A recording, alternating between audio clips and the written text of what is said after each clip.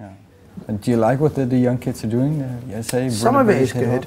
We have a good urban youth TV video channel called Channel U, and you know, some of the tunes are pretty good.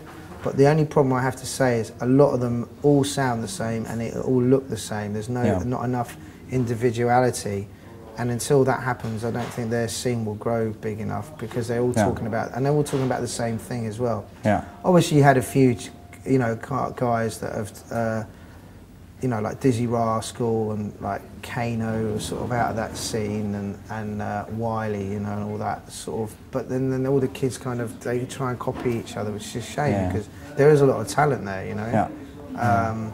But I'm sure what it always in music always takes one tune. Yeah.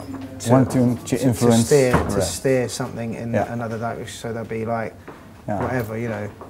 There'll be, you know, like it's always been like that. There'll be one tune, and it's such an amazing tune, and everyone tries to do that, and then you know, then someone else will come up with that, and you know. Yeah. All right. So.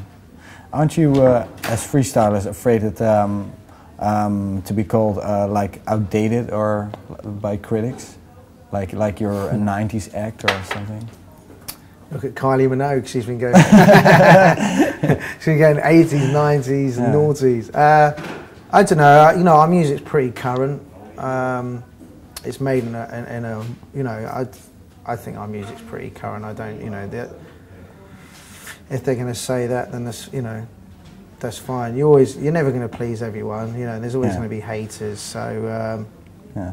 Do you have good press in England? So? Do you have good critics in England? Press? Sometimes not.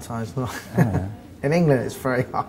Yeah. It's like being in the firing line. Some people in England, if you're trendy and cool, nothing you do is, you know. Yeah. But I'm saying, you know, we've always seemed to have a real love-hates, you know. Yeah. It's proper hard work. But, you know, at the end of the day, I'm really happy that in Europe has embraced, you know, the more, you know, like here, you know, Belgium, everywhere, you know, in Australia, has embraced us in a really cool, nice way. So, how are you doing it in the USA? Do you? Well, we're hoping to get a deal for this new album in the USA. Yeah. You know. You have never released a record there? We did release, our first album was released in America, and we had a good year of touring it.